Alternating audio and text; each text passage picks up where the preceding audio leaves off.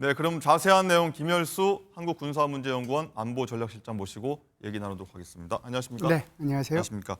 자, 먼저 조금 전에 들어온 속보부터 한번 여쭤보겠습니다. 네네. 북한군이 그제죠. 저희가 대북 확성기 방송을 재개한 그날인데 군사분계선 단순 침범을 했다고 하지만 우리 군이 경고 사격을 했다고 합니다. 이 부분 어떻게 해석해야 될까요? 제가 볼 때는 뭐 단순 침범이니까 네. 큰 뭐 문제는 아닐 거라고 보고요. 만일 이제 이것이 이제 어떤 의도를 가졌는지 좀 더 예. 분석은 필요한데 우리가 이제 경고 사격을 안 했으면 더 예. 침범할 수도 있는 거고 그것이 침투로 연결될 수도 있는 거거든요. 예.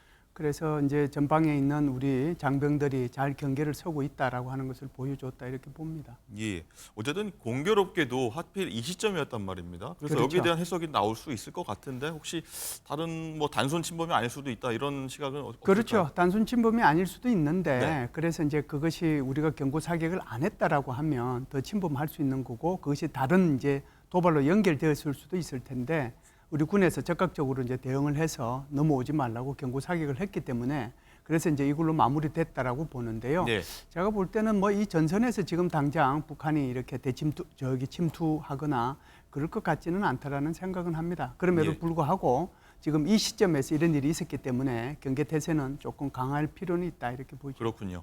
네, 어제 대북 확성기 방송하지 않았다는 내용 한번 이제 얘기를 해볼 텐데 네. 일단 전략적 유연성 차원에서 저희가 뭐 속도 조절에 들어갔다 이렇게 봐야 됩니까? 어떻습니까? 지금 말씀하신 대로 저도 그 말에 동의를 하는데요. 사실상 우리가 가지고 있는 것이 고정식이 한 24개, 각 사단마다 하나씩 있어요. 확성기요? 한두 개씩. 예. 그리고 이제 이동식 확성기가 한 16대에서 총 40대를 가지고 있거든요. 그런데 그걸 9일 날 2시간만 딱 하고 안 했단 말이죠. 그래서 북한한테 어떤 의미를 주느냐 하면 이것이 가지는 것이 예.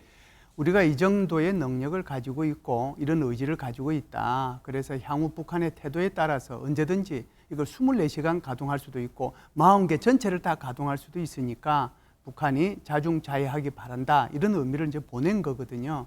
그래서 이것은 지금 말씀하신 것처럼 속도 조절에 해당이 되기도 하고요. 또 하나는 이 대북 확성기 방송이라는 카드 자체가 굉장히 우리한테는 중요한 카드고 북한으로 봐서는 아킬레스건에 해당이 되는 겁니다. 이걸 한꺼번에 다 써버리기보다는 조금 잘라서 살라미 형태로 이렇게 사용하는 것도 꽤 괜찮은 전술적 대응이라고 생각을 네. 합니다. 이 확성기 관련해서 일각에서는 이런 얘기도 합니다. 뭐 이 대북 확성기가 10km에서 30km까지 멀리까지 나간다고 네네. 하는데 일각에서는 이게 좀 성능이 떨어질 수 있다. 뭐 10km 내외 이 정도밖에 안 될 수 있다고 하는데 어떻게 좀 평가하십니까? 우리의 출력이라고 하는 것은 뭐 엄청나죠. 사실상 그게 이제 지금 말씀하신 것처럼 10km에서 30km라고 하는 것은 두 가지 경우를 생각해야 되는데요. 하나는 바람의 영향, 예. 그다음에 두 번째는 앞에 산이 있느냐 없느냐의 그 차이가 있겠죠. 그래서 서부전선 같은 경우에는 산이 거의 없잖아요. 아주 낮은 산이고 그래서 아주 깊게 30km까지 갈 수가 있습니다. 그런데 동부전선 같은 경우에 중동부전선 같은 경우에는 굉장히 큰 산들이 많잖아요. 예. 그게 이제 넘어가는데 한계는 있겠죠. 그런 차원이고요. 서부 대신에 쪽은 많이 길게 간다. 그렇죠. 예. 이제 그런 차원에서 해석을 하고 뭐 이렇게 아시면 될 것 같습니다. 예, 알겠습니다.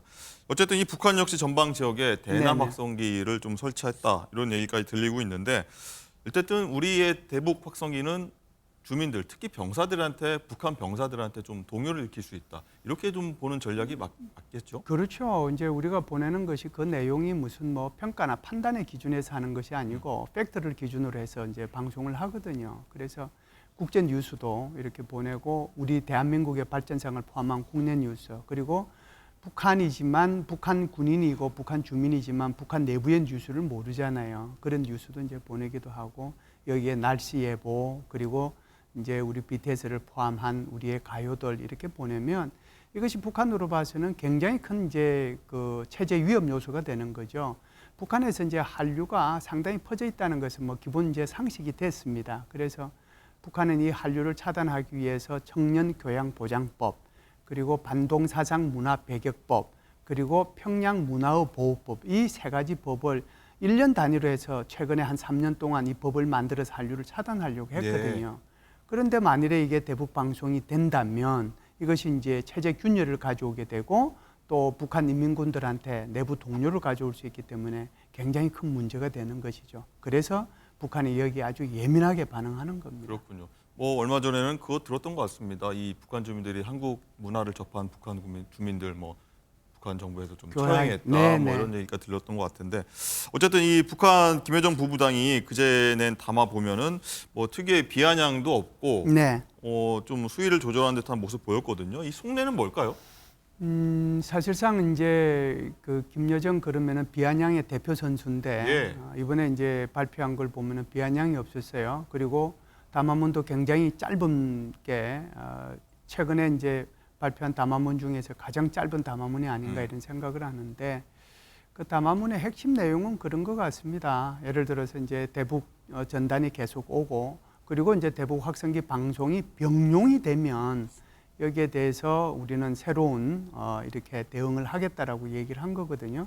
그래서 이 내용을 보면 과거에는 보지 못한 그런 이제 내용입니다. 그래서 북한 스스로도 굉장히 수위를 조절했구나 하는 그런 생각을 하거든요. 그래서 아마 이런 식으로 우리가 이제 또 거기에 대해서 2시간 동안만 방송을 하고 더 이상은 이제 안 하고 그러니까 여기에 대한 응답일 수도 있고 또 북한 스스로도 수위를 조절하는 게 아닌가 이런 생각은 합니다. 예. 어쨌든 지금 중요한 거는 북한이 다음 혹시 도발을 또 하는 거 아니야 이런 걱정, 우려가 네. 있는 건데 일단 우리 일부 탈북민 단체에서 오늘일 수도 있을 것 같습니다. 네, 네. 일단은 대북 전단 10만 장을 북으로 보내겠다는 입장인데 예. 북한이 또 이를 빌미로 좀 도발할 수 있지 않을까 걱정이 나오거든요. 네, 그럴 가능성은 뭐 항상 있죠. 제가 이제 엊그제도 그 자유북한 운동연합 거기에 박상욱 대표하고 같이 이제 얘기도 좀 하고 그랬는데요. 이제 계속해서 보내겠다는 그 의지는 변함이 없는 것 같습니다. 그래서 자기네들이 조그만 힘이라도 북한 주민들에 대해서 알 권리를 충족시켜 줄 수 있다라고 하면 그걸 하겠다라고 얘기하거든요. 사실상 이것은 바람의 영향이 굉장히 크고요. 풍속도 굉장히 이제 중요한 영향을 미칩니다. 그래서 여름 같은 경우는 아무래도 이제 남풍이 많이 불죠. 예. 그러니까 그래서 우리가 이제 전단을 보내기에 좀 유리하고요. 그리고 겨울을 중심으로 해서 봄, 가을 쪽은 북서풍이 좀 많이 붑니다. 그래서 이제 북한이 우리한테 전단을 보내는데 유리한 그런 기상 조건을 가지고 있는 게 우리 한반도거든요. 예. 그래서 만일 이제 오늘에 보낸다라고 하면 오늘의 바람이라든지 이제 방향이라든지 속도 이게 중요하겠죠. 그렇게 해서 이제 만일 보내면 아마 북한도 여기에 대해서 대응을 하게 될 텐데 우리가 보낼 때 조금 이제 고려를 하면 좋겠다는 생각은 이것을 이제 공개해서 보내느냐 비공개로 보내느냐 그 차이는 뭐 있다라고 생각을 해요. 예. 그래서 공개해서 보내면 북한도 여기에 반응할 수밖에 없는 거고요. 비공개해서 보내면 이것은 반응할 수도 있고 안 할 수도 있는 거거든요. 그런 이제 전략적 마인드도 그분들이 좀 가질 필요는 있지 않은가 이런 생각은 합니다. 예. 자, 그럼 여기서 이번 4차 오물풍선의 경우에는 용산 대통령 집무실 코앞에 떨어져 굉장히 우려를 샀지 않습니까? 네네. 여기서 뭐 문제 제기한 목소리가 저희가 준비했는데 한번 듣고 얘기 네네. 나누도록 하겠습니다. 이 북한의 풍선이 김포와 용산을 지나서 청담대교로 가고 있다는 얘기를 들었다. 뭐 이런 게 나왔잖아요. 그리고 용산에도 한 개 정도 떨어졌다는 얘기가 들리고 있었어요. 그것이 용산 대통령실을 지나갔다. 네. 그럼 그 주변에 떨어졌다라는 것의 의미는 어떻게 군에서는 받아들여야 되는 건가요? 대통령실에 울타리가 뚫혔으니까 경호 작전의 실패고 작전의 실패죠. 네, 들으셨는데 자, 비행 금지 구역이 뚫렸습니다. 여기 대해서 우려가 굉장히 많은 것 같습니다. 네, 그 비행 금지 구역이라 하면 대통령실을 중심으로 해서 한 3.7km 이렇게 원형을 이렇게 그려가지고 그것을 이제 P73 구역이라고 이렇게 정해놓거든요. 거기에는 이제 어떤 비행 물체도 이제 들어와서는 안 되는 겁니다. 예, 저희 화면 내보내고 있습니다. 우리 한국군의 그 헬기들도 다 이 3.7km 바깥 P73 구역 바깥으로 이렇게 운영을 하고 있거든요. 그래서 사실상 여기 이제 이 오물풍선이 온 것에 대해서 이곳을 지나갔으니까 여기에 대한 이제 비판은 있을 수는 있는데 이게 이제 사실은 북한에서 딱 그 용산을 향해 가지고 이걸 보내면은 용산으로 와지는 게 아니거든요. 그게 이제 풍량과 풍속에 따라서 다른 거고요. 두 번째는 여태껏 여기에서 나온 것들이 무엇인지는 이제 판명이 됐잖아요. 이제 1차, 2차, 이번에 이제 3차, 4차까지 이렇게 보낸 건데 그 내용을 보면은 쓰레기란 말이죠. 그래서 그런데도 불구하고 그것을 이제 예를 들어서 그것을 뭐 격추한다고 그러면 좀 말이 이상하긴 한데 그것을 그렇게 쏴서 터뜨리는 것이 맞는 건지 그렇지 않으면은 그냥 내려앉게 해서 수거하는 것이 맞는 것이 거기에 대한 판단은 저는 있었다고 봅니다. 예. 그래서 사실상 이게 오물풍선이라고 하는 것이 우리가 전투기도 아니고 폭격기도 아니고 휙 지나가는 게 아니잖아요. 굉장히 느린 속도로 상대적으로 보면 지나가는데 그거 격추 못해서 안 했겠습니까? 네. 그래서 지금 나와서 좀 전에 말씀하신 분이 사성 장군 출신인데 그분도 이런 것들을 잘 아시리라고 저는 생각을 합니다. 그럼에도 불구하고 이제 비판을 하신 것 같은데 뭐 그분을 제가 다시 비판할 생각은 없지만 그래도 이것을 왜 안 했는지 그 정도는 이해하고 계신 분이라고 저는 생각을 합니다. 예, 알겠습니다.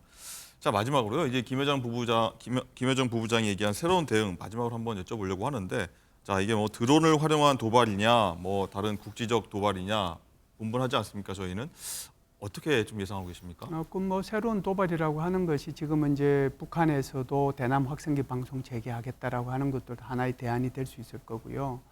두 번째는 이제 2015년도에 사실은 그런 일이 있었는데 우리 목함 지뢰 사건이 나고 난 뒤에 네. 우리가 이제 대북 확성기 방송을 재개하니까 북한에서 여기에 대해서 76.2mm, 그다음에 14.5mm 고사포하고 저기 평사포, 평곡사포 그 각각 한 발 세 발씩 이렇게 쏜 적이 있거든요.